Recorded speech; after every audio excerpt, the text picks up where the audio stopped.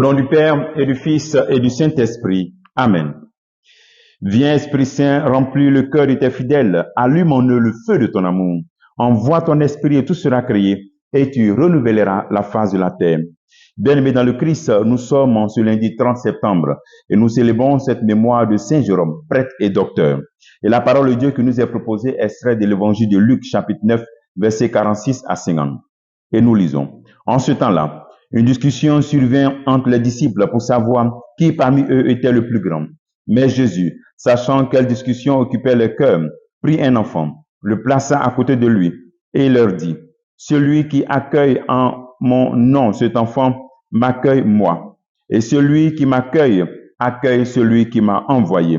En effet, le plus petit d'entre vous tous, c'est lui-là qui est grand. » Jean, l'un des 12, dit à Jésus, « Maître, nous avons vu quelqu'un expulser des démons en ton nom, et nous l'en avons empêché, car il ne marche pas à ta suite avec nous. » Jésus lui répondit, « Ne l'empêche pas, car celui qui n'est pas contre vous est pour vous. » Acclamons la parole de Dieu, louange à toi, Seigneur Jésus. Une discussion qui suivait entre les disciples, qui est le plus grand? Et nous aussi, dans nos maisons, dans nos familles, dans nos communautés, dans nos presbytères, nous avons souvent ces genres de discussions.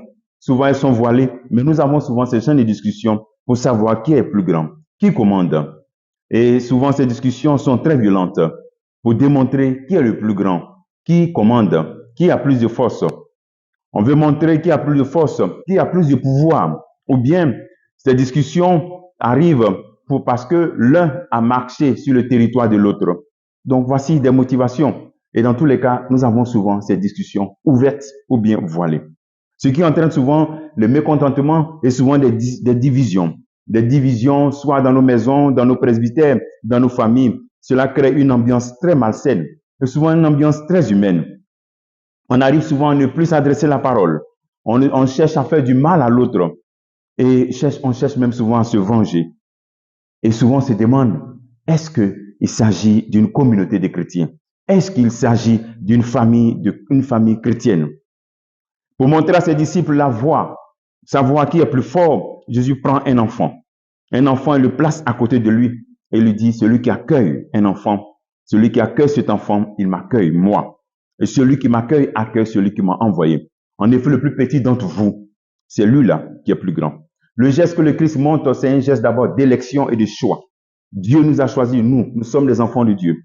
Et il nous a accueillis comme ses enfants, malgré nos erreurs, malgré nos faiblesses, malgré nos péchés. Alors donc, en faisant ce geste, le Seigneur rappelle aux disciples que la même chose que Dieu a fait pour nous, nous devons faire aussi les uns les autres. Avoir un choix pour l'autre, l'élection, une référence, et en même temps accueillir l'autre. Voici celui qui est plus grand.